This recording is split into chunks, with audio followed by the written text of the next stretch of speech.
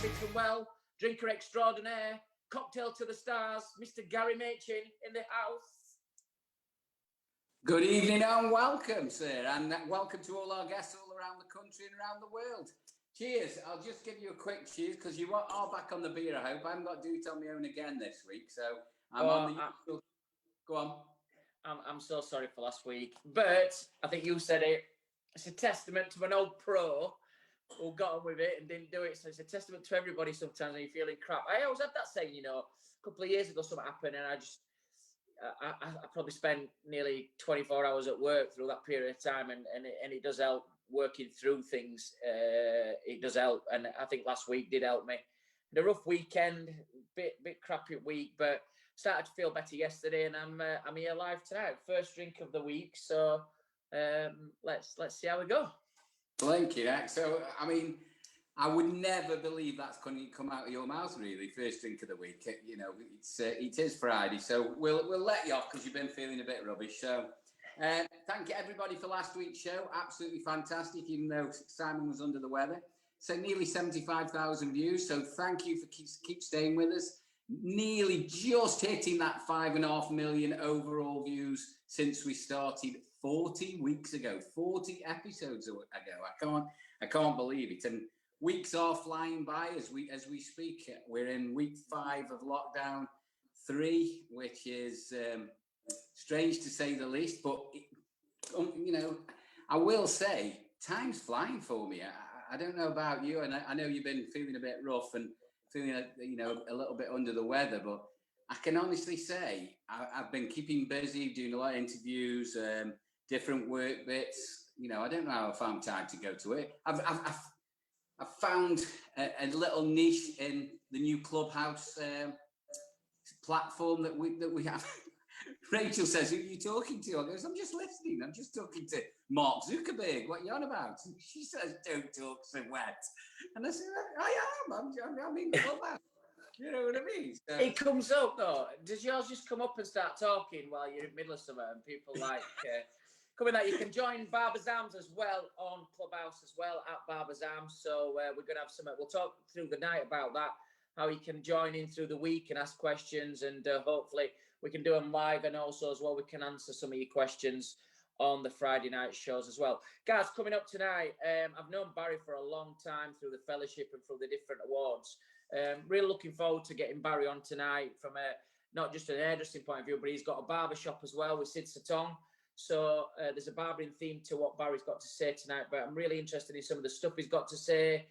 I mean, anybody who's watching this tonight or watching it over the next week, 59 awards have been won by the Barrie Stephen's chain since 2007 up to the present date. 59 awards, Team of the Year, Salon of the Year. So it's a luxury brand. He's celebrating 25 years this year as the brand, as Barrie Stephen's. So I'm really looking forward to getting Barry in. As I say, we've got one of our local heroes, Phil Jarman's going to be joining us in the house as well. So it comes up to a real promising evening. Gary, one thing on the news desk. Some people have messaged me this week, and he's relating back to the grants, the first grants that they got off the government.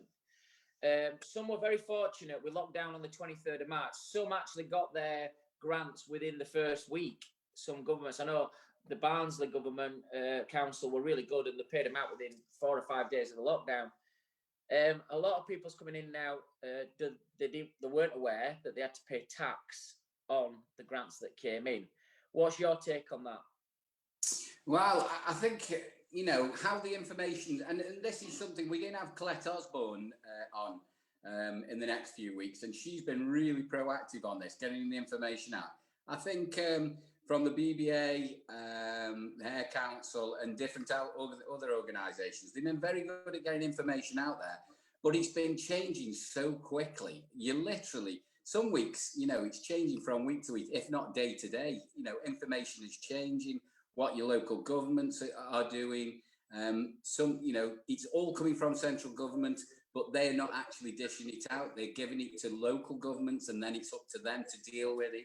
So very, very, very, it's different all over the country. It's not one shoe fits all where everybody gets it on the same day or when how much they get. It is very, very standardized on what we're getting, even though it does differ quite a lot between the devolved nations. But I will say there is some people that still haven't had their yet, their grant, and they are trying to. I mean, let's face it, they're playing catch up, but there is people that are in a very serious situation where they literally haven't got any money in the bank now. I mean, we've done nearly 12 months on either none or half wages for a lot of people. Even when we were open, we weren't working to capacity. I mean, for instance, we weren't. We were down to about 75%. But I will say, if you haven't had your grant yet, start badgering your local government because they are sitting on it. They have been given the money and they are sitting on the money and haven't dished it out. Now, there is the other phase 2 of the other grant that if you rent part of a building. So if for instance, if you're renting a room in a building and you're not the bill payer, you were in the first one, we fell through the cracks. People were losing out on gaining any grant. Now that has changed. So it's the new grant that they started in the second and third lockdown. If, for instance, training establishments couldn't claim anything up until the third lockdown. And then because we weren't officially forced to close, we were limited on what we could do, but we weren't forced. Now, this one's a different matter now. We have been forced to close, so we can claim. So on the additional restrictions grant. So just get out there, make yourself heard, badger them, phone them every day if you have to. Become a pain in the arse, but you have got to get onto them because if they haven't paid it by now, then it's really poor on their part. And getting to the bit about being taxed. If you read the small print, if you read when you got the grant at the very beginning, it was made quite plain and clear when they actually gave it to us, it would be taxable. Now, they deferred that tax until the following year, but nobody expected this to go on, did they? No. Your VAT was deferred until January of this month. And I think that's what's come up is that some of them got it in March, so it's fallen into the tax year that they're paying it on it now because it's April to April. Yeah. So it actually went in 2019, 2020's turnover. And so they're having to pay tax on it. But what you've got to remember is this goes on your books. This goes on your profit and loss because it is a taxable income. So you are going to get taxed on it. So, depending on, what your situation is and what tax bracket you're in. If you're in a lower tax bracket, it's going to be 23, 25% in it. You're going to be paying out of 10 grand. You're going to be paying 2 and a bit grand back. So you've got. That was made clear, though. I mean, people who didn't see that, you need to make sure when you're looking at these things, what you're signing up for. It isn't all gravy. It was to help you. And I have no sympathy for, obviously working for a big brand, we pay lots of, I pay a lot of tax monthly. So sometimes when I speak to barbers and stuff, and they'll tell me, I'll just pay my tax, but it's this. And I sometimes think, I've paid that this month in tax, what you've paid in a year, So, look, what's got to be done's got to be done. You've got to do the right thing. So hopefully that's cleared it up, what Gaz has just said. Some questions that's come in this week about your grants that you've had. Is it taxable and is it right? Then obviously you've just heard it from Gary himself. Gary, another thing that's come up this week without mentioning, and I don't want to get involved in any of that, but it has, in fact, lots of barbers have been messaging over the last month or so. There's a couple of points here. One, obviously I've been asked loads of times about professional footballers with fresh haircuts in this third lockdown. It happened in first, second, now it's happening in the third one, fresh lockdowns. Something raised its ugly head this week in terms of people being caught out, unfortunately, the way that they've done it as well. My view on this is simply, if you live by that Instagram and Facebook and you're a big name on social media, then if all goes wrong, you've got to take rough with smooth and you have to take your medicine. I think sometimes my advice to any of these individuals that's having a bit of a rough time, and I won't wish that on anybody, you've made a mistake, but is hold your hands up and come clean on it and just say, look, I made a mass mistake. There's no reason for it, whatever financial, you can't get out of it. We're on lockdown. You shouldn't be doing it. Certainly, the stupid footballers shouldn't be putting it on their Instagram that they're having an haircut. And then I heard this week that the police are going to, I don't know if this is just a Fugazi kind of thing, but police are going to stop people with fresh haircuts and ask them. I haven't heard that. I mean, there's loads of things in the paper. I mean, they are being very proactive, and all the fines have gone up as well. Have you noticed? There was a guy, we're not going to name names, but this has been coming up on a regular basis on our feed. And, a lot of our members, a lot of our viewers are really, really, really passionate about this. Why should we sacrifice everything when these arseholes are carrying on cutting? And, there's a lot of people out there that, and it's going on. Now, there is some people are really struggling, and, the government should step in and they should, but we are in it together. And if we don't stand together, it's going to make us look stupid, and it's going to prolong this further and further and further until it breaks us. So, well, it also could have a jeopardy. You could jeopardise government decisions as well if they look at the industry. I suppose if it's a restaurant's opened up and I just let 3 people have a meal this week. Again, it's not right, and it don't matter what you've done in past for charity. It don't matter what all that comes into insignificance. The other thing I've been, and the reason why I'm fetching this in tonight is because so many barbers have kind of like almost nudged me this week, said, come on, you've got to have the bottle to ask, and can you name and no, I can't name and shame. I ain't bottleless. Everybody knows that, but I think it's wrong to do that. It's wrong what's happened, but I'm not going to ridicule anybody on live on Barbers Arms. But we are going to ask we are going to fetch it up and mention it. And I think one of the things that was asked to me is, what would you do in your position as artistic director for Wahl UK, global artistic director, as a sponsor? If one of my ambassadors or one of my artistic team, I think it's quite simple. And you just take the stance off if celebrities have done things out of line and it's affected the brands that are associated with the brands have dropped them straight away. That's tough as well. Individually, you can't tell brands what to do, but I think they have to look and probably just distance themselves for a period of time. And then maybe, it's something that you can work with that individual afterwards and say, right, at the moment we can't be involved with you, but in future, we can work back with you and try and rebuild your career in terms of coming back on board. That would be my view. My view straight away would be, though, we would have to distance ourselves with people who it's harsh to say it, but you're breaking the law. You are breaking the law doing what you're doing. And, do you know what, though? It's upsetting people within the industry more than it is the public a lot of the time. I spoke about this, did an interview with Ali on Tribute Magazine and Respect for Hair in the week, and the first question that they wanted that popped up from a viewer was, what you're going to do, or what's your feeling about a certain person that's been on social media this week that we covered last week, so we don't have to berate him again. But people are really angry. You know what I mean? They're angry to the point where they're falling out with themselves, let alone anybody else. Yeah. And it is affecting people. They're thinking, why the bloody hell are we doing this? And you can understand that. But I will say, seen it all before, guys, and I've said to a lot of these, not to the individuals, but I said to a lot of brands sometimes, organisations, when we take the new kids on the block on, you have to be it's very easy to deselect somebody, but it's very hard to pick the right people to have longevity. And I'm going to say this and finish off this before I fetch our first guest on the little rants over. There's no substitute for class. Simple. Class cream always rises to the top, and there is no substitute for class in life in general. No matter how tough things are or how good they are, you've got to, don't congratulate yourself too much, but don't berate yourself too much either. But there is no substitute for class in life.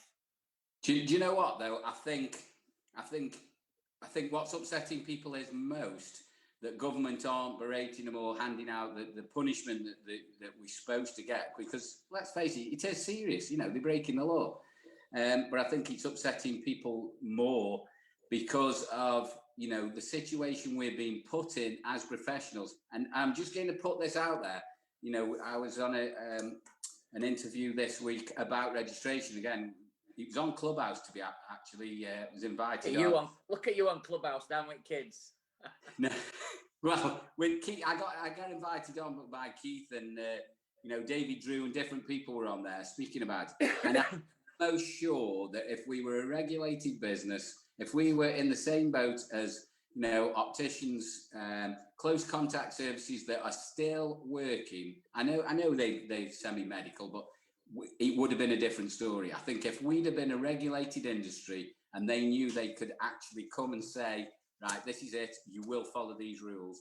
Yeah. I think we would have been working now. I honestly do. Maybe if anybody's got any more questions to throw into us before we finish off, after we finish with our guests tonight, you can throw it back into us, into Barber's Arms, ask your questions coming in. But without further ado, making his debut on the amazing Barber's Arms, episode 40, I am really pleased to have this guy on. Let me just give you a nice big build-up here. Our next guest is celebrating 25 years as a salon owner. From 2007 to 2020, 59 awards for his team as an individual and for his salon. From Leicester, please welcome the man who has the luxury salons called Barrie Stevens. In the house, Barber's Arms, Mr. Barrie Stevens. Oh, thank you. What a lovely introduction. Hi, Simon. Hi there, Hi, Gary. Barrie. Good to see you both. Well, your bar looks amazing, by the way. Well, you know, we had a bit of a drama because I hadn't got a green screen, so there I couldn't download the virtual draft, you know. So I've got a little bar of my own. I thought we'd go with that. And I'm just going to top myself up actually because I'm drinking red. You know, I've come to a time and a place in my life where I just want to drink nice wine, you know. So cheers. Cheers, Barrie. Barrie, I did say to the production team before we came on, I said I had a phone call off Barry's partner and assistant who was working with him tonight and said he was struggling with his virtual backdrop. But I said, look, I've watched the way this guy does. I'm so confident that within his own, he'll make it look fantastic anyway. So there you go. Look, this is like one of the best bars that These bars always open, especially in the lockdown, of course. And I've seen you been making some, I think you're one at nights on Facebook watching you having some amazing cocktails. Yeah, we love a cocky. Yeah, absolutely. We did this virtual cocktail making class. It was really good. Yeah, I loved it. Yeah, my friends own a gin in particular. North 42. Let's give them a plug, actually, because I know they're watching tonight. But this is delicious. Sold in Selfridges as well. It's a favourite of mine. Oh, well, he needs to send me and Gaz a case each for Barber's Arms. Make that happen, yeah. Do you like a gin? Oh, I love a gin, yeah. And I think our 5.5 million views would love to see some of them gins as well. I'm sure he'd be happy with that as well. So we'll be expecting them in the post. Gaz, over to you. Well, it's very good to have you on. And I can say he's bulged you up so much throughout this week. I cannot tell you. I said, what's this guy got on you? I said, you've given me so much stick about him coming on the show. So it's an absolute pleasure to actually meet you in person, sir. Harry. Thank you. Very, very good health. All the very best. Simon, what are you drinking tonight, by the way? I'm in my Barber's Arms glass, and I've got some nice Desperado, which is the lager and tequila mixed together. As I say, I've been a bit under the weather this last week, and our Barrie had been, I think Barry's actually had COVID. I did have the dreaded COVID for a couple of weeks. So actually this week I've just started feeling normal again and firing on, you know, all cylinders. So yeah, it wasn't very pleasant, but yeah, it's good to see you never had COVID though, did you, Simon? No, just a common cold, man flu, but it hit me pretty bad. So yeah, I feel 100 times better than what I did. Not fully, but 100 times better. Barrie, just before we start, and just for our viewers out there, and I know you've got a whole string of salons and barbershops, and you've got into barbering as well. In just 2 minutes, can you give us a quick roundup of who you are, what you are, and where you actually are based for our viewers? Yeah, sure, Gary. So obviously my name's Barrie Stephen. I'm a hairdresser. And I've been hairdressing now for many years. I've owned my first salon in '96. Actually, we celebrate 25 years this year. So Leicester, for me, I'm a Leicester boy, born and bred, very proud of that. And for me, it was about being, well, bringing something different to Leicester, you know, bringing a red carpet brand, a luxury brand, and being king of the kingdom, not king of the world. So for me, it's about Leicester. I've never wanted to go anywhere else. You know, we've got 5 salons, we've got 1 in a club, 2 in the city, 1 in a market town, 1 in a village, and so on and so forth. So yeah, so that's Barrie, and wanted to bring this London city style hairdressing to Leicester, really, a smaller city. Fantastic. And is it something that you set out? I know you just said it's a red carpet brand, and we've heard about your accolades that are unbelievable. In 25 years, 59 accolades that you've won by your team and personally. Is that something you set out for? Is it just a byproduct of the quality that you give, you know, with your brand? Or is it something that you particularly set out you wanted to conquer the competition world as well? Yeah, well, I think it's really important for the team to be associated with awards. You know, it's a great motivator for the team to, you know, to be involved in. You know, when you bring back an award from, you know, the British Hairdressing Awards, the team, you know, that energy and that motivation, it's tremendous. You know, I remember Simon actually, and we do go back many, many years ago, and Simon actually presented me my first award, and I think it was a guild award. Do you remember the guild? And there was a I do. Yeah, I remember I used to compare them awards. You did. That's right. You presented me this cutting edge award. It was my very first award, actually. And there was a guy called Barrie. Yes, Barrie Blanchard. Yeah, that's right. And he was a really nice guy. And I remember, yeah. So that's really when my first, my journey to awards started, really. So what you thank. There you go, Gaz. I've been part of history coming into it. Barrie, I know we've spoken. I know you've got together with the show and everything. And as I said, this is episode 40. So we started right back in April last year. We've had a couple of weeks where we've done education, but we've been live every Friday night to all the industry here in the UK, Ireland, Scotland, Wales, Southern Ireland, and globally. Nearly 5.5 million views we've had so far. Guys, as well, just to give you a quick one as well before we start interviewing Barrie, Simon Shaw, Wahl, the British Barber, Barbers_arms is our Instagram accounts. On the website for all the podcasts and all the last 39 episodes, you can follow us on thebarbersarms.co.uk. And if you want to email us, it's barbersarms@theBritishBarber. And now you can join us at the Barbers Arms on Clubhouse as well.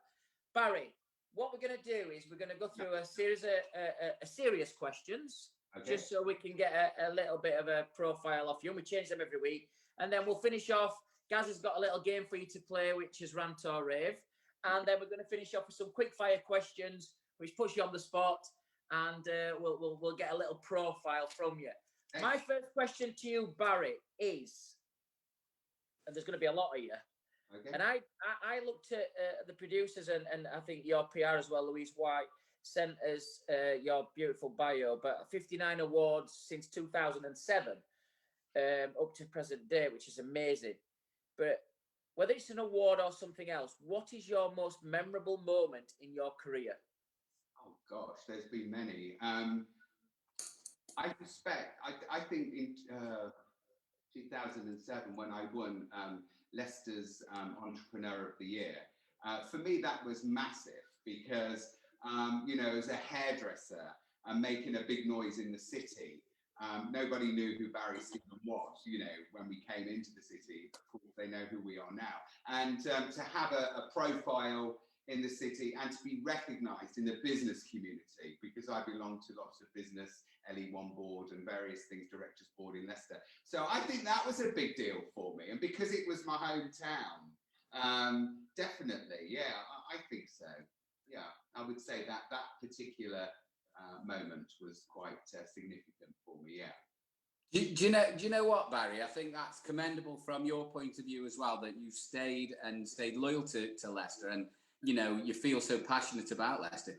We've had a lot of high-profile guests on the show, and one of Simon's questions was, you know, for quite a long time was, where would you like to see a Barrie Stephen salon, or, you know, whoever it was. And they've all said, you know, New York, Australia, Tokyo, you know, wherever it was. And to actually say, and we were talking about this, you know, and we joked about it with it being Barnsley and I'm based in Stoke-on-Trent as well. And I've always wanted to stay there and be successful in your own town. So, and you've done it to another level. So I think it's quite commendable that you actually did that and stayed and kept the money and spent the money in Leicester, which is great. I think, you know, as I said earlier, it's about being king of the kingdom and not king of the world. So, you know, that was always my vision, really. And opening this first salon in '96, as we celebrate 25 years, it was a very small village and a dilapidated butcher's shop, as it were, called Bradgate Butchers. And I thought, that's where it's going to be. I'm going to turn that into a London, you know, style salon and bring it to the people rather than expect people to come into the city. So that's where we started, a population of 7,000 people. And I have to tell you, Gary, you know, if I'd have listened to 99.9% of people, they would have said, don't do it. You know, you're going to fall flat on your ass. But I did it, and, you know, with the help from my mum and my nan, who supported me. And when, you know, your family support you like that, it really does matter. And, you know, you don't want to fail. Failure is not going to be, you know, an option. And so we opened that first salon, and you know, due to the very quick good word which went around the village, you know, the demands and the popularity, all these clients were coming in, and so we knocked through, bought the building and so on. So that's really where it started in Leicester for me. Yeah. And the rest is history. Yeah, big history so far. I mean, looking at that, leading on to the next question, you would be a big inspiration for the team that you've grown that's probably still with you, but also probably, like any big chain like you are, and a successful, organised guy like you are, a great team behind you. Maybe lots of people have worked for you and then set up their own businesses that you can see are being successful and probably using some of the traits that you taught them. But you as an individual, you'll be an hero to a lot of people that you've trained over the years and a big inspiration. But if I asked to ask you, who is the biggest influence, not like family, but who's your biggest hair hero in the industry? Who would you say is that person is the person I look up to, besides myself and Gaz? Yeah, of course. Besides you two, I would say Anthony Muscola, because that was a chapter in my life when I worked with Anthony, where we were doing some fantastic award shoots, and he's just the god with hair, you know, and I learned so much from him, and hanging around with him, and you know, just generally hanging out and meeting so many people. And I travelled various places, Paris and all over with them, and I loved it. And working with Nick Irwin as well, we did some great photography, some great shoots. So I think that chapter in my creativity was the best, definitely. I would say Mark as well, you know, Mark Woolley, I think he's with you next week. Mark's a good friend of mine as well. I've known Mark for as long as I've known you, Simon, and he really inspires me. And what I love about Mark is I love his products, and we work with his products, electric products, but I like his business acumen. He's very balanced, you know, from a creative and a business point of view, and I love that combination. So I think Mark as well, definitely, yeah. Well, that's great, because we've got Mark Woolley coming up, guys, on episode 41. Mark Woolley from Electric, not only the salons, but the brand as well. The hairspray that Mark does is probably the best hairspray I've ever used. So congratulations to guys. You've got to use the Electric hairspray. It's amazing. Well, I've been with Mark all over North America, because Mark's loved his products for a long time, hasn't he? He's worked very hard, and you know, up until this absolute madness where we can't travel. But I seem to bump into Mark all over the place in the most unlikeliest place. In fact, I think we were together in Chicago when I was with you, Simon. Weren't we? We were together. Yeah, like Barry said, he's amazing with hair. He's an amazing business guy. I love through the week looking at different stuff on social media, and I think he put something about his alarm clock. Wakes it up, and he looks at 5:15, and he has a notepad at side of his book.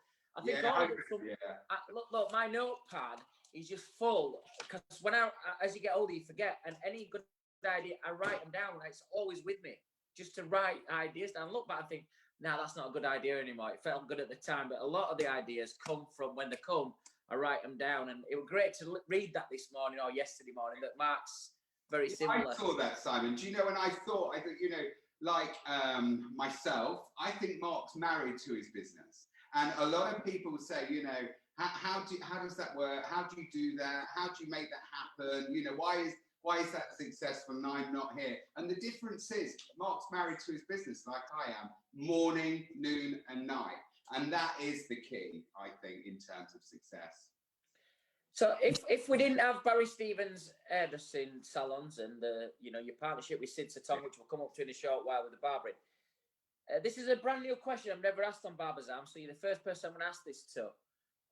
If you could pick one job in the industry, besides what you're doing at the minute, what job would you love to have in this industry? Oh, wow. I was going to say, you said in this industry, but I'm very passionate about animals, and I'm an ambassador for Leicester Animal Aid here in Leicester. So I would work with animals. But I think in our industry, crikey, I'd probably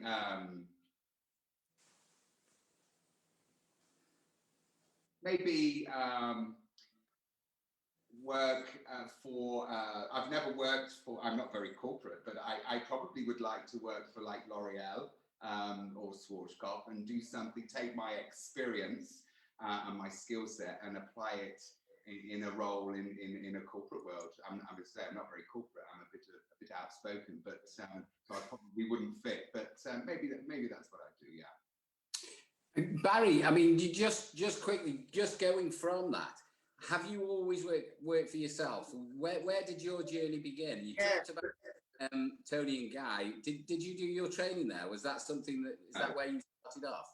No, so it started in Leicester, Gary, and I was walking down the high street with my mum. I've always been a mummy's boy, 15 years of age, and I flew up a flight of stairs, and it was called Greco's, and it's still there now in Leicester. And I was greeted by a receptionist, and I asked the question, do you have any Saturday jobs? And that's really when it started for me. So I started on Saturdays, and then I was offered something called the YTS scheme, as it were then, and earning £27.50 the first week, £33.50, yeah, the second. And that's what I did. That's when I started in Leicester. So I was on a moped, and I used to go around to people's homes at night, you know, because I was always obsessed with hair. And when I was 13, I was blow drying my mum's hair, my nan's hair, thought it was being else to do then, you know. So I was always focused. I always knew what I wanted to do. And if you know, go back to the question now, really and honestly, you know, if I could wave a magic wand and say I'd rather do that, I wouldn't. I'm really happy doing what I do. I think I'm in my dream job. I love what I do every day when we're working, when we can open. Yeah, that's nice. So coming on to this then, so we've had these luxury brands, which is luxury salons, red carpet treatments in the areas. And I know you've got a salon in a David Lloyd Health Centre as well. And then in the last couple of years, you've gone into barbering with Sid Saton.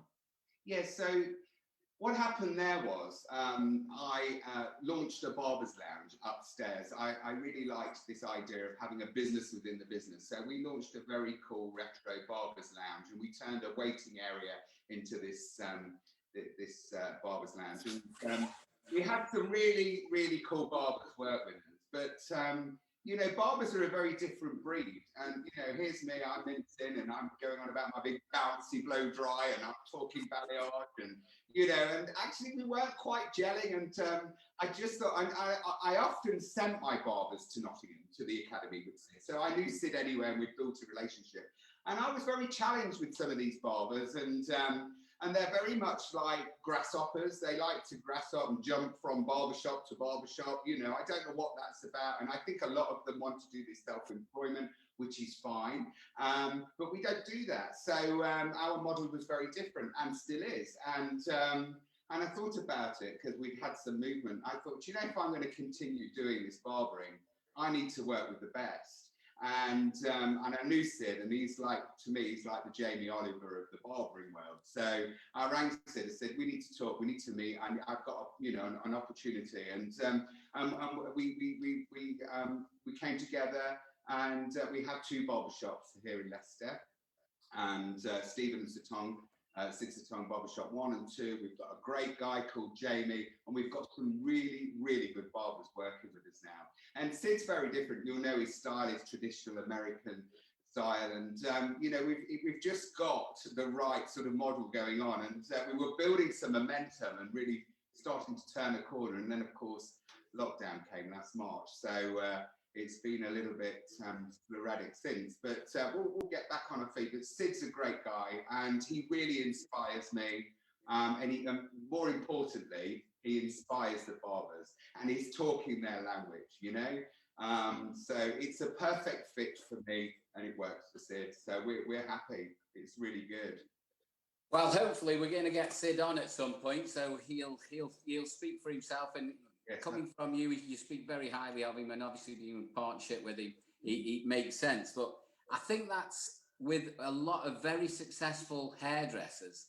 They almost, in this last 5 or 10 years, yes, I would say, they think, barbering's come very cool. It's another side of the business that, we want to tap into. It's something that we want to get involved in.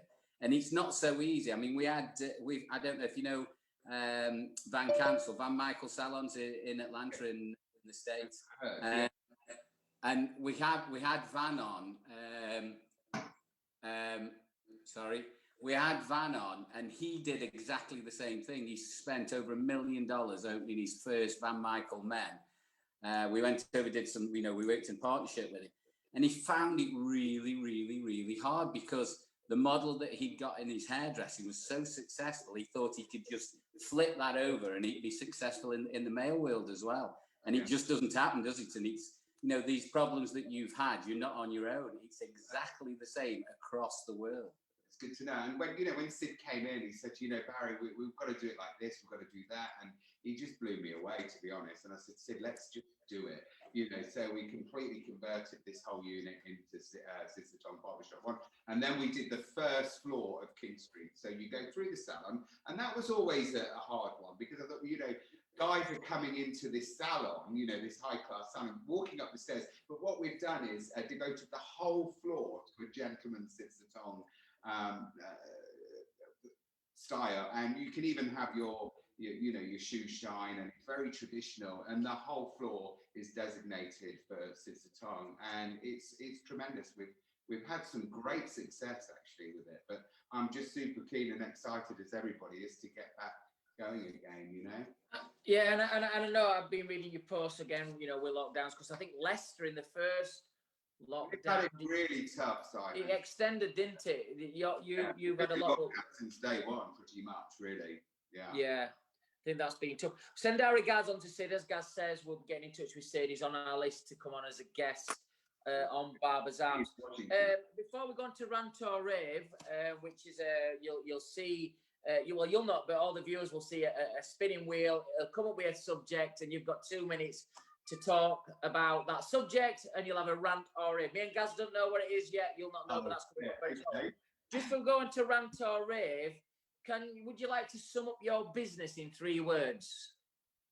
Oh wow! Passionate, disciplined, professional. A disciplined environment is a successful environment. Quality, I always wanted to be associated, more words than 3, but I've always wanted to associate myself with quality. Quality is important to me. And when you say Barrie Stephen, we've become very much a household name in Leicester and Leicestershire. Yes, you have. You know what we stand for, and you've asked me those 3 words, and I would say professionalism, quality, red carpet. Yeah. Beautiful. Gaz, rant or rave time? Yeah, so Barry, this is something we've introduced to the show. It's just a bit of fun. We're not trying to catch you out. I don't know if you've been watching the show. We got Mr. Edward Hemmings. I saw Edward, yeah. He was the first one. I mean, we gave he ended up with aliens, and he turned it into almost a rant about COVID-19. But hey, If whatever you can go in whatever direction you want, mate. Anyway, so to the producer, spin that wheel. We're gonna give you a. We're gonna give you a. For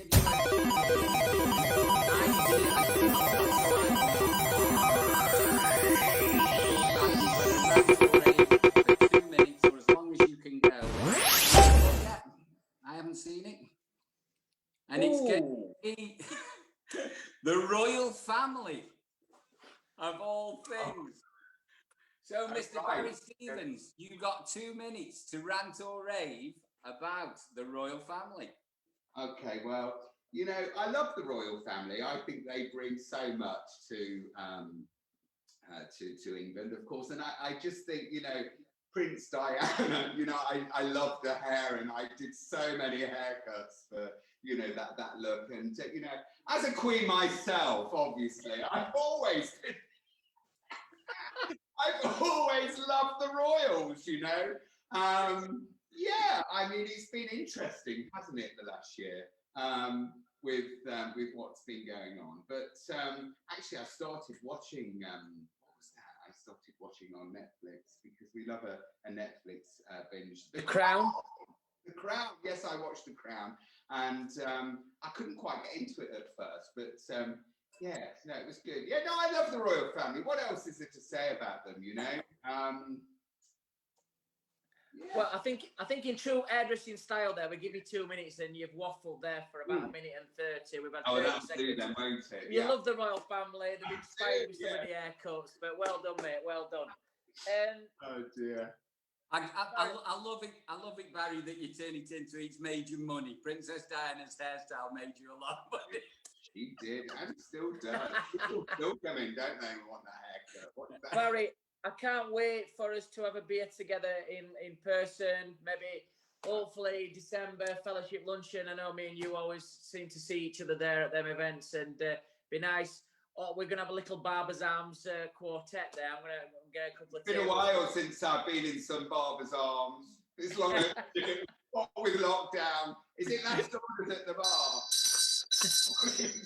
So we're looking forward to a drink in person with you, but we're going to finish off with our quick fire questions. Oh God! I've added an extra one in for you tonight, just because it's you. So here we go. So Barrie Stephen from Leicester. Here we go. What's your favourite drink? Red wine. Intravenous. I adore it. Yeah.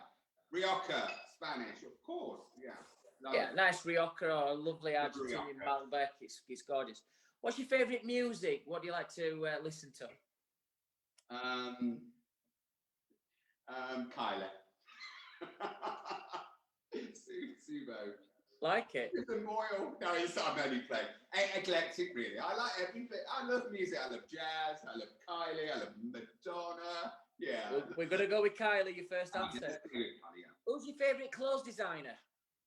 Oh shit. Okay. Well, you know, I love Boss because, you know, it's for the mature gentleman. I guess I would probably go with Paul Smith. I love Paul Smith clothes, actually. Yeah. Yeah. I'm a bit of a Paul Smith boy. And your favourite food? I love a prawn cocky and a fillet. No, I love Italian as well. I don't mind an Indian too, actually. I love food. Why give me one answer when you can give me five? I love it. I love Italian food. Where's your favourite destination? Where do you like to? I'm a well-travelled boy, but you know, you're going to think this is really dull. And I fell in love. I love Spain, and I bloody love Alicante. And if you've ever been to Alicante, most people fly to Alicante, but it's a little Barcelona as a city. Yeah, it is. So it's my second home. I love it. Alicante. Both me and I had a property in Spain in past, but Gaza's still got.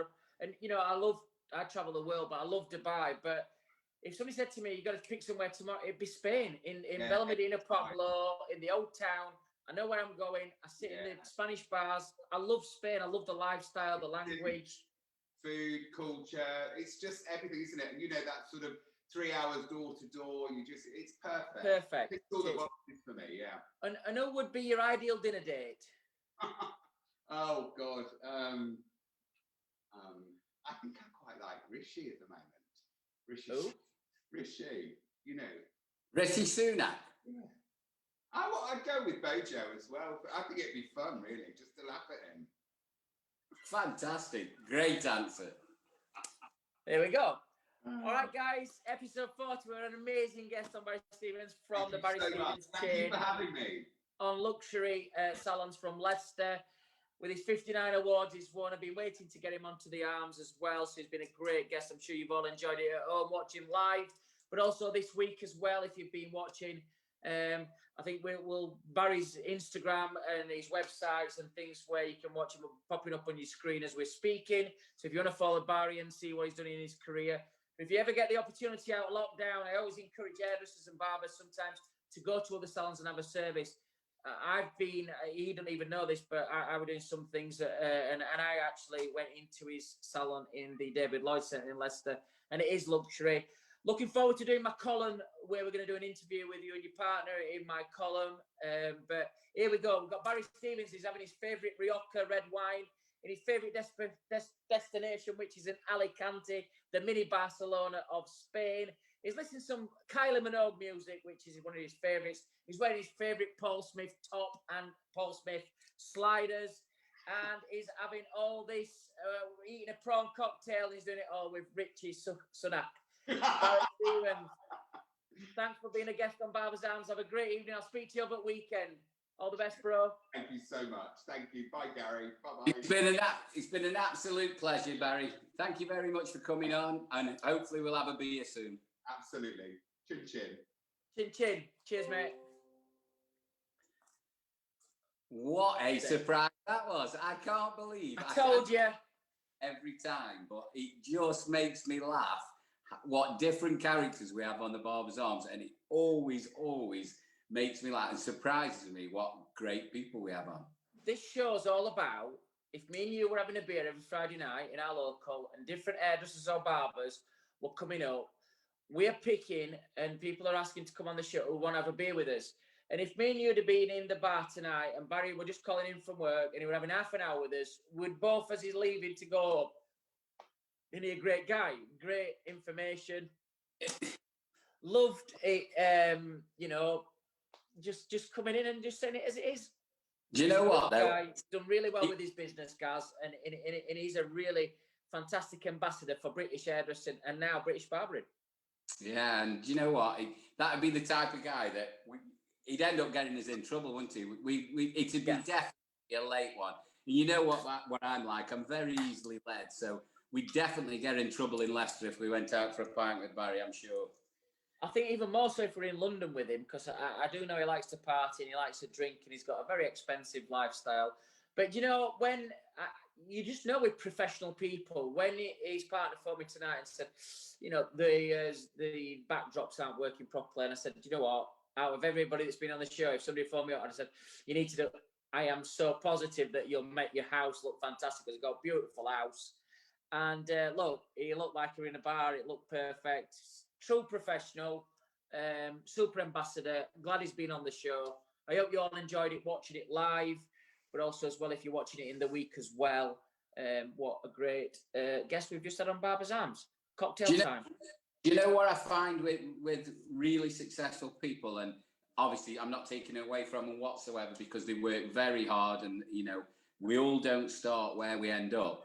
But they make it look so easy. And when they talk, when they actually talk about the business and where they've been, where they've come from, it just amazes me how they come across. They really engaging, great people, and I'm so not surprised because I've got no preconception of Barry at all because I've seen him across the room. I've never actually met Barry before, but you know, it's somebody who I could, when we come out of this interview, I know I could go for a pint with, and just, I think that's the great thing about the show. Well, you know, just before you do your cocktail, just looking at some of the guests this week, Five and Edward Emmings, and you know, Edward's always about these events. So if Edward's there and Barry's there, for me, it's been just rekindling. You know, if we were at some awards that we've been missing this year, that's how you'd have a beer with Edward and Barry, and we all know each other. We've got massive respect for each other, you know. And that's why I think the Barbers Arms is a fantastic vehicle and platform to to showcase some of these people. And people who probably wouldn't have heard from Barry. You know, Sid fronts up their barbering business. So, you know, we're going to get Sid on. Sid's a great guy as well. But you would never have met Barrie Stevens from this platform unless we'd have got him on Barber's Arms. And I think that's just showing you what I feel is a great character, great fun, you know, very well spoken, is very organised, very driven, and he ticks all the boxes for me in terms of the people you want to hang out with, because people like that, you just rub off on each other. Talking of rubbing off on each other, what is your cocktail tonight, Mr. Machin? Well, just before I get to that, I think as well, just before we go on to that, with people like that, and all our viewers out there, if there's anybody that you're really burning to see, or there's a question that you want to know, so you know what guests are coming on, if you drop us a line, you can do it on Clubhouse now as well, that we just said, or drop us a line on our feed, or any way you want to do it. Just let us know who you want on the show and what you want us to ask them as well, or if there's any subjects you want us to cover, as we've done earlier on. But like you said, it doesn't always have to be an actual typical barber. It's just successful, great people that we want on. So this one's for you, Sam. This is a bit of a feel-good one, but it's for the barmaid, really, because she says I've been neglecting her, because every cocktail I've been doing just lately, I'm indulging myself. And I said, I don't do that. It's usually for our guests, or for a particular day, if it's a time of year. But this is well and truly for barmaid and for Simon, to make him feel that little bit better, little bit special anyway. So we've got our shaker here. So what we're going to do is, got some ice already in my flask, so just a little bit of ice in there, dry ice, so it's not all soaking wet, so it's not going to dilute our drink. So what we're going to do is, we're going to do a woo-woo tonight. Woo-woo for a little bit of fun, and it's easy drinking, and it's for Rachel, the barmaid. So I'm going to just dress some ice in my glass, in my old-fashioned glass, so you can see it there. We've just got ice in there, making cooling the glass while we do it. Got a little bit of ice in there. What we're going to do is going to add all our ingredients. So main ingredients are vodka. So we're having 1 ounce of vodka, or 1 measure of vodka, that goes in. We're having 2 ounce of, or 2 measures, whichever you want to do. If you want to use half pint glasses or shot glasses, you can do it whichever way you want to. But we're having 2 shots of peach schnapps, that's going in. And we're having 4 ounce, or 4 large shots, 2 large shots of cranberry juice. So that all goes in. A little squeeze of lime, that's going in at the same time, so that's gone in. And then we're going to shake this up. So just put the lid on, and all we want to do, as we've always done, we don't want anything diluted, we just want it cooling. So going to shake that up.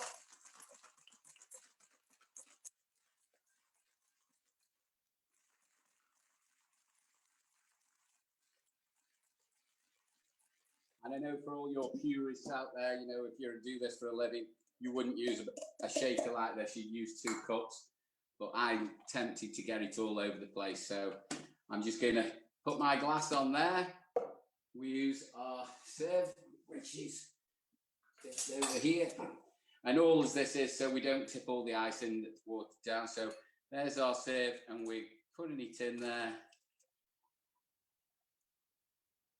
And there's enough for, I should imagine, another little one in there as well. So there's our sieve. Just put that there. We're going to garnish it with a wedge of lime. Just take it on the top. And there we have it. Our woo. Beautiful, refreshing, sweet vodka peach schnapps. Good health, everybody. All the very best. You'll hear the barmaid coming down in a minute for hers in a minute, so I'll have to drink this in one. Good health, all the very best.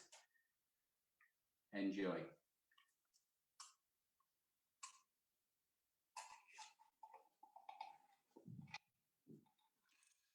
Oh. Now, Rachel, in the past, barmaid as she's otherwise known, used to drink this by the gallon. Oh, she's here, Luke. I'm going to have to just... Hang on. I'm going to fill it up for you. 2 seconds. We've got plenty of time. Simon's not back. Oh, he's back. How are you, sir? This would suit you down to the ground, Simon, this would. You'd love this one. You like a sweet cocktail. There we are. Well, mate. Enjoy. Beautiful that one is. All right. Perfect. All right, Simon, we're back. Let's go. Have we got our next guest? Is he in the green room or is he in the car park parking up? Are you there? 21. Oh, I thought he said 21 minutes then. I thought he's got held up in taxis. Two minutes away. Pulling in with the taxi. Quick shot back before we start or not? Do you know what, guys? I'm going to watch you do this one. I've got it. I'm still a little bit delicate, so I'm going to have to miss out on a shot, and I don't want to fanny anybody saying I'm pretending to have a shot like in the early days that people used to say, "Is he really taking shots?" I have got my moonshine, and there's some tequila here, and there's some vodka and gin. Well, I've got the bar set up, but I'm going to have to give this one a miss tonight, mate. This is still a bit delicate. This is our cinnamon whiskey. I'm just off fireball. This I got introduced to. I never tell you every week, but I just absolutely love this. So, Slanjivar to all our Scottish or wherever you come from in Canada. You know, I know you're a mixture of everything. He's to you, Brian. Anyway, all the way in Canada. Love you, baby. Just on that, I'm doing a seminar for some Canadian hairdressers on the 21st of May. So I'm hoping that we can get that live as well for everybody, not just the Canadians, but that's going to be a Zoom. But I'm hopefully, with some of the stuff we're working at with Wahl as well, we're going to hopefully open some of the virtual education up online as well. So I know there's lots of people doing education out there. It'd be nice to hear your feedback as well, guys, about what you want to see in education. My view, I don't know about everybody else, education at the minute, I think it's good for people who are doing the qualifications because there's so much people who are behind on the milestones to practice things. But I think as well, you know, if you're showing people how to cut hair at the minute, you can't practice it because you're not working in. And so you can keep them on videos and probably save the recordings. But I think at the minute it's about making sure that you feel good. And, you know, some of the stuff we're trying to do at Wahl is, you know, we're going to be coming out to barbers and to individual salons and doing pep talks and clipper clinics and things like that. But as far as cutting's going, we're going to try and aim that nearer towards when we're going to get some dates for everybody to go back. One of the big questions, guys, we'll probably touch on this afterwards as well, is I think people's getting a bit itchy about when they're going back. And I'm kind of like, there's no definites for anybody, but still, I think it's going to be April time after Easter before we touch base with even remotely getting back to some normality. We'll touch that after our next guest, but joining us in Barbers' Arms for the first time, one of our local heroes, we have got Mr. Phil Jarman. Welcome to Barbers' Arms. How are you, Phil? Good evening. First of all, apologies about the backdrop. I'm having a little bit of bother. Just before we start, Phil, is there any chance? What are you on? Are you on your phone or your iPad? Yes, on the iPhone. Just can you turn it so it's landscape instead of portrait?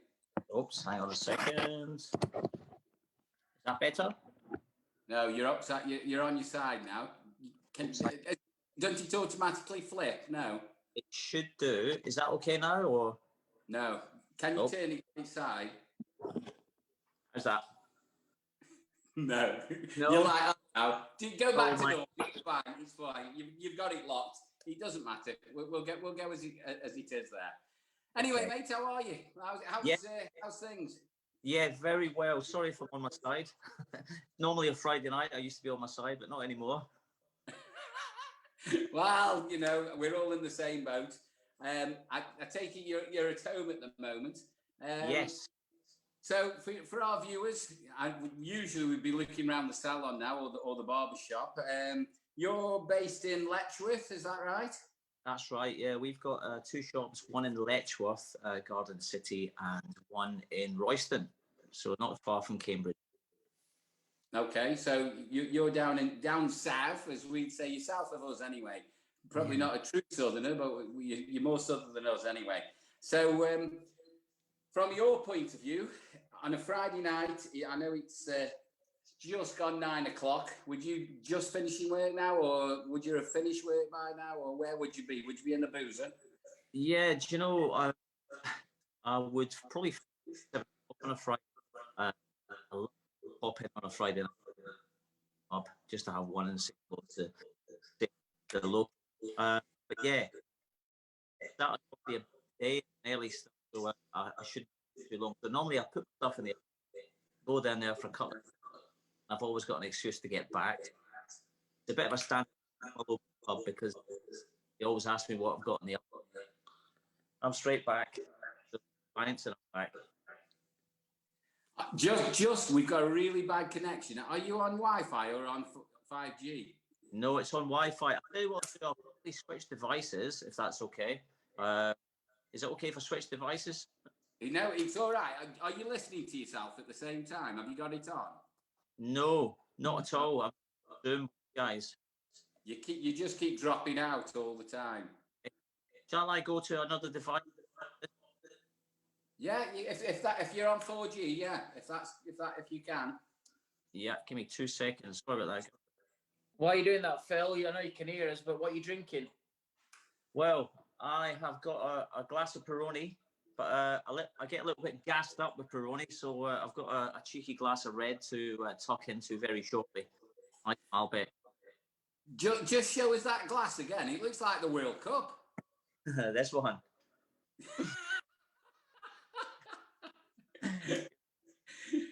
So Phil, I know you're in Letchworth. How many barbers have you got working with you? What's your usual tally for over your two shops? Are they your shops, by the way, or do you manage them, or what's the? Oh yeah, shops. I'm a partner in the shops. It's a very good friend of mine called Carlo Infante. So the shops used to we've changed the name since I've joined to Carlo and Co. But yeah, Carlo is a lad. He doesn't actually do hair anymore. He's into other things at the moment as well. He's opening an incredible boutique hotel called The Lodge.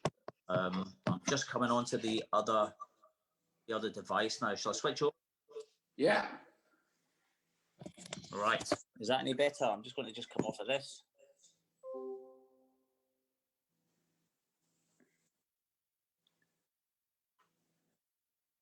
Can you hear us now? Right. How's that? Is that okay? Yeah. Better. Great. So go on. Tell us your story then. Carlo, So yeah, basically, I'm enjoying the 33rd year of my apprenticeship in the barbering industry. I always like to say that because you can always pick up things along the way. I started off in Scotland actually, in Port Glasgow, and I moved down to London after my apprenticeship. I was really privileged to go to a course at L'Oreal to watch Guy Kremer, who was one of my faves back in the day. And Guy stopped the whole class in the morning. He showed us something in the afternoon, doing some razor cutting. And he stopped everyone. He said, "Everybody stop." And I thought, "Oh no, I've done something wrong." And he called them all over and asked me what I was doing. And after that, I got to know Guy quite well. I went down to the salon in Winchester, and he gave me an opportunity to travel in Europe with him to some amazing shows that he had in Belgium. So yeah, I think I got the taste for that quite early, the whole stage carry on. And I think it's something that I haven't done that often, to be honest, in 33 years, but it's something I absolutely love doing. I love showing people some old fashioned skills. But yeah, I had some salons in Sussex called Jarman's, but unfortunately through different circumstances, i.e. divorced, I sold it up and moved up to Hertfordshire to be closer to my son. So yeah, so I'm running the shops now, teaching the staff. We brought a couple of cracking apprentices on, and yeah, things are going really well, and absolutely loving day to day behind the chair. I think it's nice as well that when Gary said there, you're down south, not with an accent like that. So I'm glad you cleared that up for everybody down there, that everybody in Cambridge and Royston and Letchworth thinking they're going to walk out with a fucking Scottish accent. You're not from that area originally. You are from Scotland. Yeah. Phil, I'll just touch on some stuff as a local hero, but obviously we obviously through our producers and we watch things on Facebook and stuff. You've not been too good since Christmas. You had a bit of a scare with something in hospital. Do you want to share that with everybody? Yeah, it's a bit unfortunate actually. I had a bleed to the left hand side of my brain. I'm not actually, well, doctors aren't actually sure if it was a fall that caused the bleed, or it was a bleed that caused the fall. I was out for probably 40 minutes, but you know, I've made a fantastic recovery. A lot of sleep. I've never slept so much in my life. Obviously, being in the shop 5 or 6 days a week, I probably sleep 6 hours a day. But since that, it's been unbelievable. I've been sleeping all day, sleeping all night. So it's obviously a natural way that the body heals itself. So it just makes you grateful for a lot of things, you know, and health is definitely one of the most important things. So before I go to bed at night recently, I've learned on a personal development course about gratitude. So about saying 3 things before you go to sleep at night, things that you're grateful for that day. And to be honest with you, it is a game changer. So you guys should try it tonight. In all seriousness, you know, we've got to be grateful for first and foremost our health and our family and what we do as well. Yeah, I think it's been a time of reflection for a lot of us.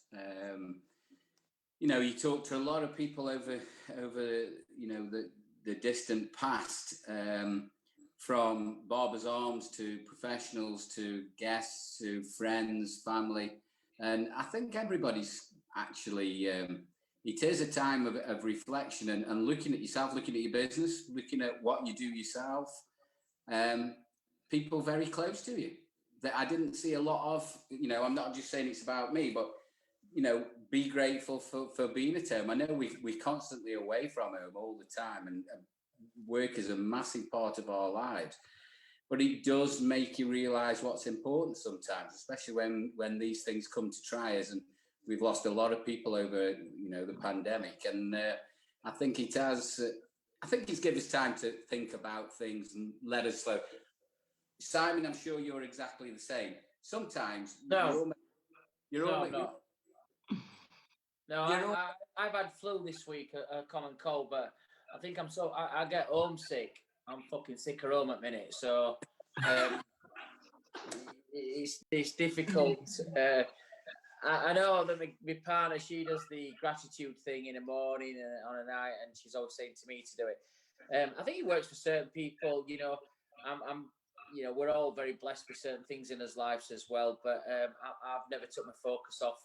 You know, in any interviews and stuff, what I know what's really important to me is my family first and foremost.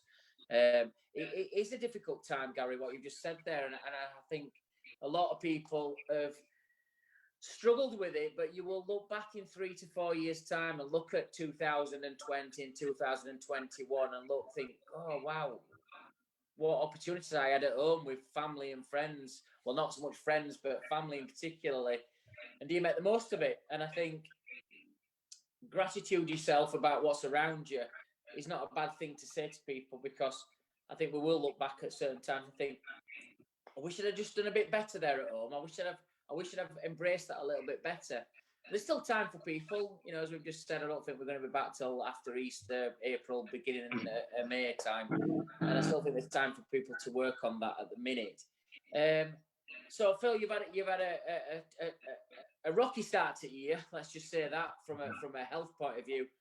Looking back at some of your feeds and some of the information we've received off producers and stuff, I've met you a few times. I've seen you at different events. I think you're up in Scotland when I compared the Shabra Awards.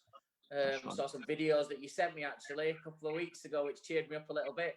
Listened to it in the car as I was driving. Didn't watch it obviously because I was driving at the time. And you know, I always say to people, one of my questions on Barbers' Arms is, which part of your career would you like to relive? And my reliving, it's always moments like that, like you sent that video. Those are the highlights of my career at Salon International in front of big audiences. To have the power on stage to make every 900 people in the room be excited is a massive, you know, it's a massive aphrodisiac. It's a massive turn on. It's a massive boost. So yeah, thanks for sending that video to me. I'm glad you're on the mend as well. I'm glad you're feeling better. Yeah, It pains me Mark. to say it, but we have to mention this on Barbers Arms because we're sponsored by Wahl and British Barbers Association. But you just signed up as well with Gamma, I believe. Yeah, that's right. It's funny. Yeah, sorry about that, guys. Yeah, so to be fair, as I say, I've been in the industry for 33 years, and I've only stuck with Wahl, to be honest. Obviously, they are a massive company and probably the biggest. I have been very fortunate to be sent different clippers over the years, from Panasonic to Oster to, you know, and this some great stuff, but I've never really got on with them. But if you don't mind me saying, I did get sent some Gamma stuff to try it, and I really did get on well with it. So I was chuffed to bits when they asked me. Not really been an ambassador for any product company or clipper company. Obviously, I represent the MH Fed and City and Guilds. I sit on the board with them, the advisory board, which I love doing. But yeah, so it's quite a privilege for me to be an old fella in the industry and being used with a clipper company, and might have some exciting scissor news coming up shortly as well from a scissor company, Simon, that you're quite familiar with. So yeah, it's exciting times. Good. Keep them scissors handy with those clippers. You're going to need them. Just touching on that as well. You know, I always have that saying, Phil. We're global, not local. Well, you've got your new saying, which is you're local, not global, with Gamma. So congratulations with that. I'm sure you'll be entering Huddersfield, Brighouse, Bradford, Leeds coming up shortly on your tour when we're out of lockdown. And I know Phil's a great mate of mine, Phil Smith, great guy, him and his wife up there. He's a good lad, yeah, very nice. He's out in Stoke, but he's a great guy, Phil. If he's watching tonight, Phil, send you all my regards, mate. Can't wait to have a beer with you when it's safe to do so and we're all back together. It's like you, Phil. I bet you just can't wait to get back to an event, into an exhibition. You just can't wait to do these kind of things. Yeah, do you know, it actually, it's quite funny how you I love what I do, absolutely love it, and I would say I even love it more now that I'm not allowed to do it, you know. So yeah, I cannot wait to pick up the scissors and see the customers again, just have that interaction and stand behind the chair and make people laugh, believe it or not, and make people happy. So that's what I can't wait to get back to. So yeah, bring it on. I think that's what we're all missing anyway. We're all people, aren't we? But yeah. Can I just, and this is something I wanted to ask Barry, but we actually, and we were talking about it earlier with Simon about online education and stuff like that. You said you got some apprentices at the moment. You're just taking 2 apprentices on, is that right? Well, they've actually finished now. They're both 20 years old. 2 young lads who absolutely, I mean, I think we've got maybe 12 or 13 staff and 3/4 of them have the privilege of teaching barbering to. But these 2 latest young lads, I'll be honest with you, they are all rounders. What I would say is all round barbers. You know, they do from scissor over comb to razor cutting, and their work, I just absolutely love it. Every time a customer turn around and said, "You know what, Phil, he's better than you." It's the best pat on the back you can get, you know, for bringing youngsters on into the industry and keeping that proper pure barbering legacy going. Might be a little bit controversial. Some of my thoughts on barbering at the moment, but I just think pure barbering. Simon touched on it earlier. There's no substitute for class and old school barbering. Some of the old boys that get coming in, it's just an absolute pleasure. Clipper over combing, scissor over combing, razor cutting, blow drying, and making them look sharp. And these youngsters are absolutely shining examples of keeping this going, their industry going, the way I like it. We have to ask you this question, Phil, because we ask all our local heroes this, and even though under the recent signing of your new contract, but obviously working with our brand for years and years, and like you rightly said, we are the biggest in the world. What has been your favourite Wahl clipper over the years?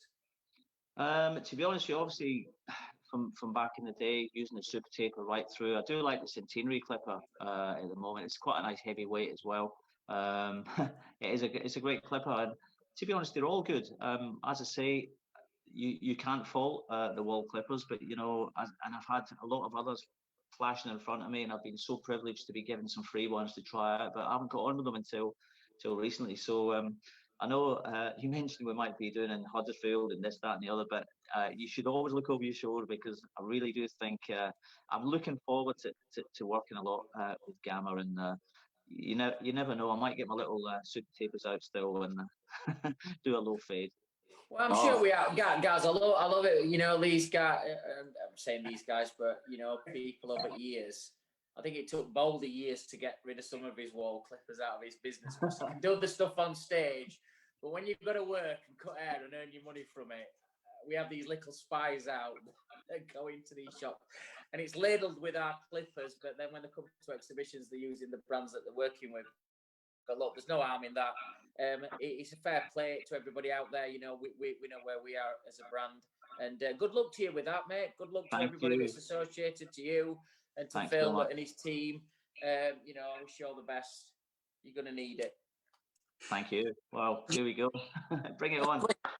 Just quickly before we go, and I know we're looking over our shoulders for time and everything, but I know it's been tough for everybody, and I know people have taken alternative jobs and tried to keep themselves busy and everything. But just share with us, Phil, what you've been doing. You've been doing some nights, haven't you, on the vaccination centres as well? Yeah, do you know, I've got a good friend of mine who has a contract with Public Health England to look after vaccination centres on the security side. So I'm very lucky to have my SIA badge. So I've been looking after some fridges to keep them the right temperature all through the night. Thankfully, I'm off night shifts now and I'm doing day shifts. So we opened a new vaccination centre this week. And I've got to tell you, interacting with people again is fantastic. You know, so I'm the first port of call before they go through the door. So I'm chatting to all these oldies and having a great time with them. And to be honest with you, it's actually a privilege this is a absolute world event, this whole COVID thing. And it's a privilege to be able to help out. It gives you, honestly, they say that there's more happiness than giving and there is in receiving. And to be honest with you, putting your time into this, even though it's long days and it's hard work, it's bloody freezing outside as well, it's a privilege to be helping with this pandemic.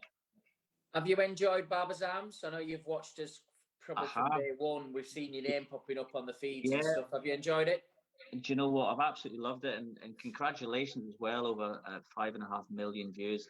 You guys, to be honest, you're smashing it, and it is a pleasure. It's an absolute privilege to be on tonight as well, by the way. I've wanted to be on from day one, and I thought, you know, I'm not the biggest name you're going to have on here, but for my 33 years service, I thought I've got to deserve a 5-minute shot on there. So I really appreciate, guys, you getting me on tonight, and yeah, thanks very much. No worries, pal. Continue with the fantastic work, and continue watching, mate. You know, obviously we see the little community that watches every week and talks to each other. I'm sure you've got like mates on there now that you speak to every week.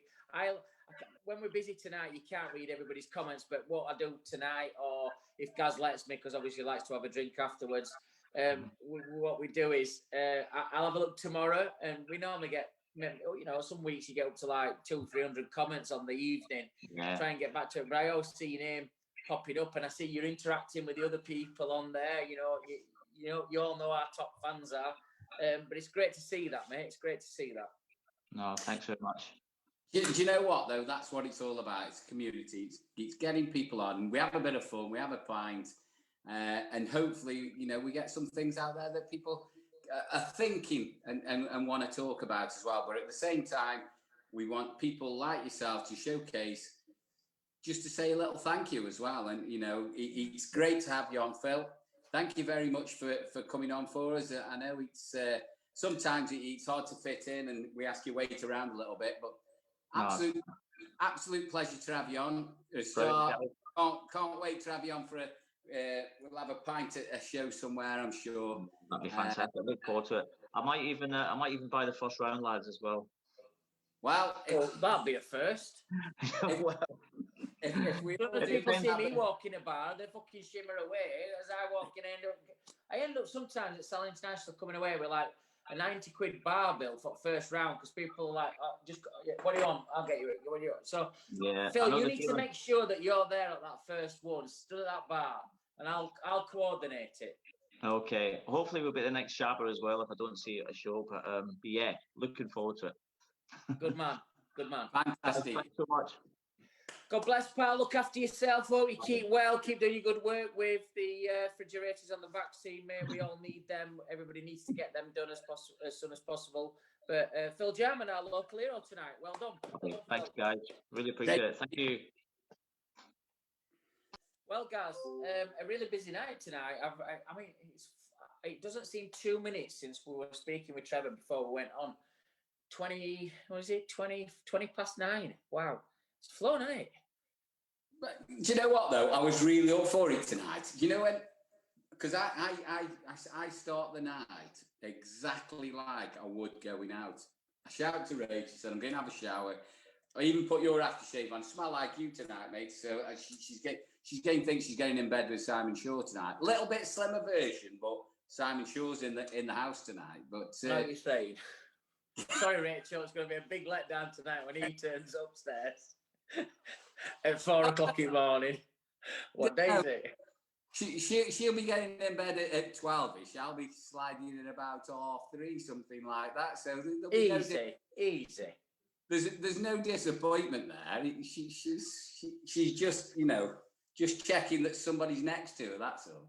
Sliding in what? You're ridiculous. It's Barber's Arms. We've got to keep this. It's a family show. What's fucking wrong with you? Just a quick one again. Don't forget to follow us on our Instagram account, Simon Shaw, Wahl, Gaz is the British Barber, Barbers_Arms. Them's our Instagrams that are popping up now. Also, as well, our website is thebarbersarms.co.uk. And then if you want to email us, if you want to be a guest on Barber's Arms, we've got Mark Woolley from Electric joining us next week. Can't wait for that one. That's a biggie. We've got some big names in the next 2 or 3 weeks. But if you want to see anybody on Barber's Arms or you want to be on Barber's Arms, either a local hero or you think you want to be one of our main guests, then don't forget to email us at barbersarms@thebritishbarber.com. Last week, I was ill, right? I know. And you played a massive joke. You played a massive joke on everybody. Tell everybody what happened last week, you motherfucker. Well, me and the producer, we were like, we'll see how long it takes Simon to. And he was unfair. You were under the weather, and I should have said something as we finished the show, but I was just giggling inside. We had the Irish theme going last week, didn't we? Everything I said or everything you said, I was saying potato or that. Well, it came to me when you said to me, he asked me a question halfway through, said, what are your sales like in Ireland? And I waffled on saying, well, I won't be able to tell you that. And then I thought afterwards, well, why did I even entertain him? I should have said, none of your business. Where's that question come from? It's weird. And then the alarm bells would have started ringing because it was Irish this, Irish that, Irish that. Well, I mean, it was we were playing turnip. It was just how many times we could get it in. And I was even cutting guests off and all sorts. I apologise to our guests last week because I was just trying to be sure at every opportunity. I was trying tarmac drives and everything last week. It was just, I'm sorry, but it's, we have to have these little giggles, don't we? I had to apologise because who phoned me in the week? Mr. Jonathan King, who's an avid, and we're going to get him on because a lot of viewers have asked to see Johnny King on the show, so we're going to have him on. Not have him on, it's a pleasure to hopefully he'll come on for us. But he took it quite literally. He says, "Are you taking the piss?" Because every time. Guys, you'll have seen just a couple of minutes ago, or even now, you can see the clover coming up on your screen. So I think every time Gary mentioned it last week, I don't know if any of our viewers saw it, but there's a clover coming up all the time. I think it being a bit of a giveaway for a leprechaun turning up every 2 minutes. In fact, Johnny phoned me in the week to ask me how I was, which was very nice of him, concerned how I was. So it was really nice. And I think, you know what? I realised this week, I've not been very well for a couple of weeks, headaches, and then I had this just common cold, common flu. But because of what's happening with the pandemic globally, that you do think, and I had 2 tests in the last 2 weeks because obviously some of the symptoms are kind of connected with the common cold, and they both came back negative, which makes you feel a bit more positive. But it is I've done the right thing by keeping away from everybody and just trying to look after yourself. But if how I've felt, if COVID's a lot worse than that, then guys, you still got to be safe. You still got to do the right thing, and certainly you've got to protect everybody. The vaccines are happening now. I know my dad had his on Thursday. Wednesday, and my mum should have had hers in 2 weeks, and then the doctor's phoned her. She's going in tomorrow for hers doing. So they're hitting the 70s. Sorry, Mum, I've told everybody you're 70. But she's going in for hers tomorrow, so good luck with that. I hope we're not going to start talking Chinese when you've had that done. But do you know what, though? The more we can get everybody done with that, the better. Do you know what, though? I think from a country point of view, I know you can call Bojo and, you know, whatever you want, and Sonny.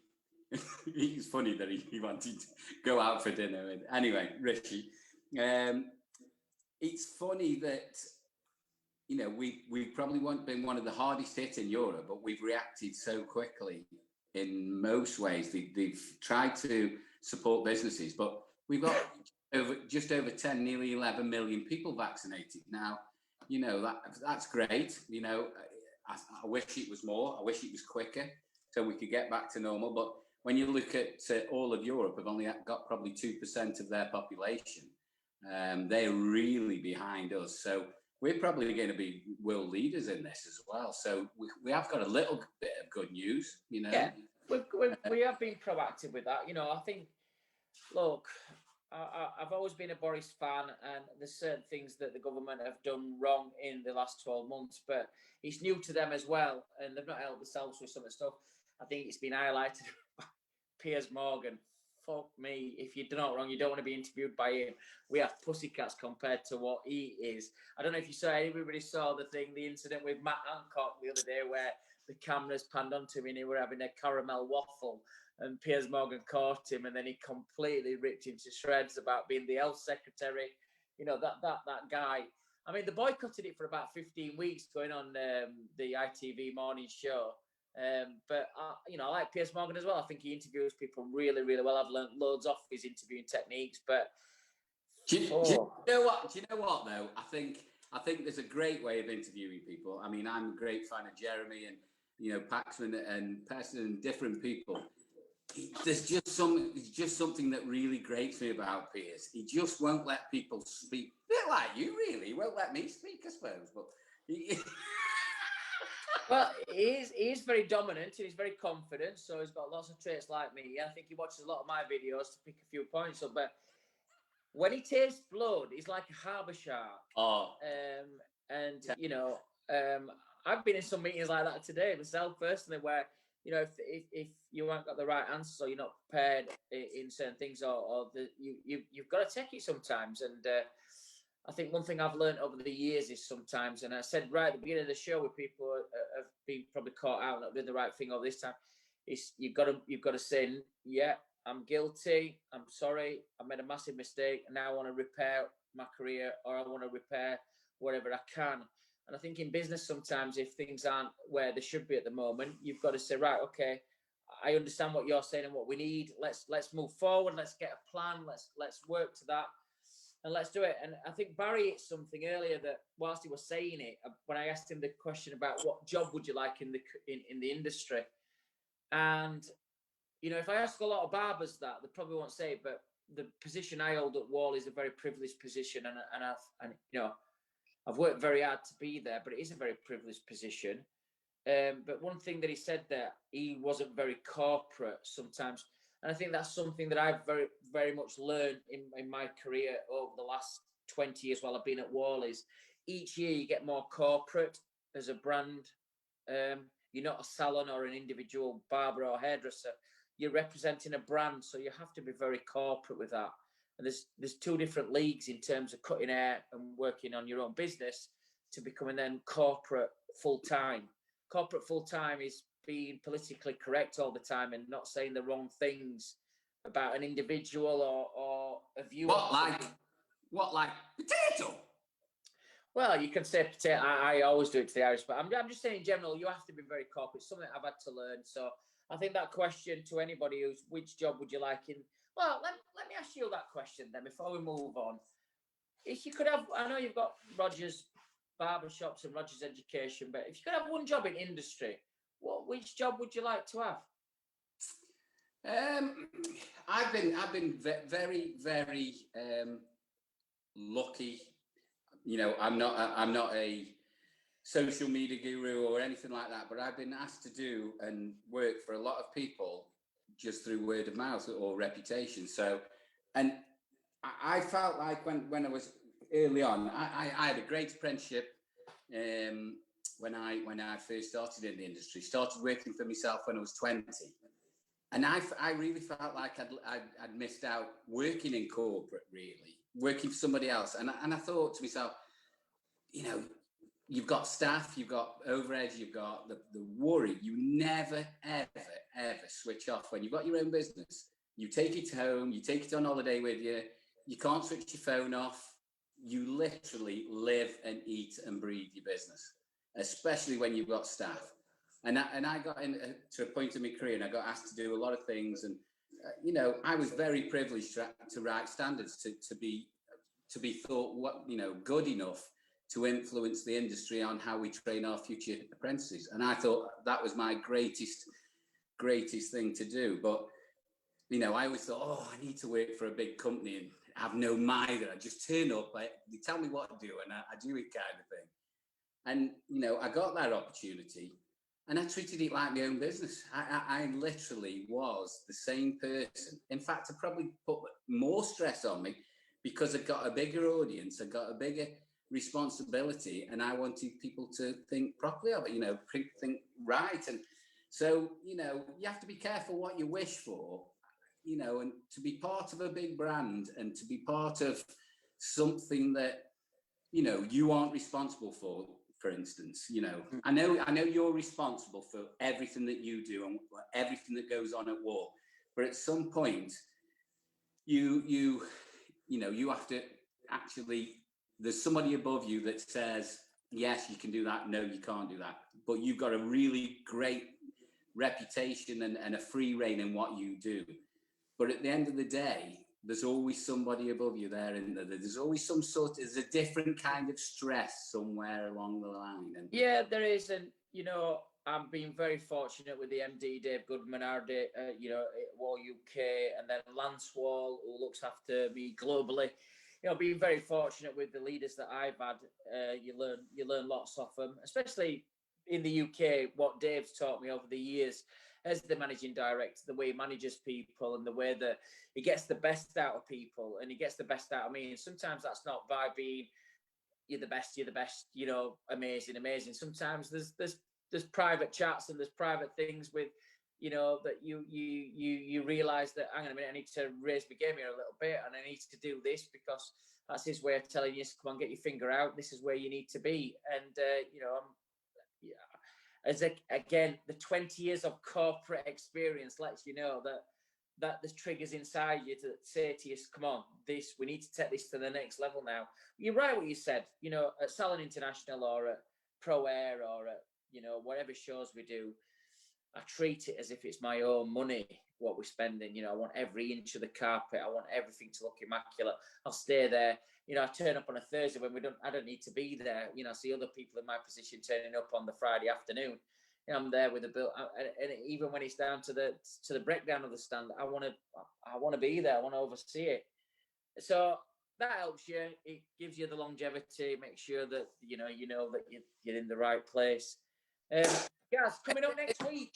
At the end of the day, mate, as well, it makes us who we are, isn't it? And that's why you're successful. Yeah. That's why you stayed there a long time. That's why you're very well thought of. And, you know, at the end of the day, it's one of those things that you can't physically change out of yourself, I think. A leopard can't change its spots. Yeah. You know. Just before we go, we've got a couple of birthdays to do. Mary, one of the most beautiful Northern Irish young girls I've ever met in my life. Beautiful person. It's her birthday this week. And we've got two special birthdays as well, haven't we? Our producer. Monday. Happy birthday to Mr. Trevor Stud, extraordinaire, and Miss Jackie Holian. Is it Holian or Hoolian? I get told off every single time, but it's Holian. But instead say Hoolian. So happy birthday, Jackie. Happy birthday, Trevor. We're not going to expose your years tonight because it would be uncouth to do that. But if you want to know, You can direct message me at Simon Shaw Wahl or Gaz at the British Barber or Barbers_arms on our Instagram accounts, and we will expose both Jackie and Trevor's birthday. Is it the 8th of February? Is that the day? Monday. So anybody wants to send them loads of presents and kisses, and especially to Australia and Doncaster, you know exactly where they are. We'll give you the addresses if you want to. Put Gary and Simon on them, will you, when you send it? Yeah, get us on there. Coming up next week, guys, on episode 41, we've got the amazing Mark Woolley from Electric Hairdressing Salons and the brand Electric Hair Products. Mark's going to be joining us in Barber's Arms next Friday night, which is, again, one of the biggest names in British hairdressing. He's going to be joining us on Barber's Arms episode 41. We hope you enjoyed Barrie Stevens tonight from the Barrie Stevens Salon Group in Leicester. Thought it were fantastic. Phil Jarman, our local hero from Carlo & Co. Phil joined us tonight. So I think tonight's been a really enjoyable night. I've enjoyed it in the arms. We've had a good beer with everybody. Some great guests. Thank you to all our followers and people who are watching tonight live, but also within this week as well. I hope you've enjoyed episode 40, our 40th. Is 40th, is that your silver anniversary? You're asking the wrong person. Yeah. He's not got to them numbers yet in marriage things. He likes marzipan, so he keeps fluctuating. But no, I think he's 40. I aren't married. No, I was going to say to you, not to offend you, you can be my best man at my next wedding. It's an open-ended book, guys. It could be any time, could be anywhere. What's that? Martini. Anytime, any place, anywhere. Wow. We'll make a pact then. If we get married, then we'll be each other's. Double wedding. We could have a double wedding as long as you have the tattoos that you've promised to have with the little cocktail tattoo at the side of your ear. What was the other thing that we asked? What was the other thing that people wanted to have done? Some piercing. A tongue piercing? No, that was Rachel that sent me that message, actually. So, well, guys, we'll be back next week, episode 41 from me. Be safe, be good, stick to the rules. There's no point going on. It's late, and I know people watch afterwards, and I know some of you are watching tomorrow morning, but do the right thing. Keep working on your businesses. Keep watching what's happening live on different tutorials. Make sure you're trying to upskill yourself. Keep yourselves actively busy. Spend time with your family. Enjoy this time. I know it's difficult financially, but keep doing the right things. Hope you've enjoyed Barber's Arms tonight. We'll see you all next week on episode 41 with the amazing Mark Woolley. I'll leave the final word with Gary, but have a great weekend and God bless to everybody. And thank you from him. Can I just reiterate everything he's just said? He says everything anyway. He does it so well, doesn't he? Just a few of our viewers give a shout out. So we got Richie Allen, Steve Arena. Steve, we want you to be. I've sent you a message, so we want you to come on the show. Alison Russo and all the rest of you guys that obviously watch us week in, week out, and all the people that catch us up on the podcast and after in the week. It's an absolute pleasure to be here every week. Raises my game every single time because I look forward to it through these dark times on a Friday. It is like going out. Love you. Love my co-host here. We'll see you next week. Adios, amigos.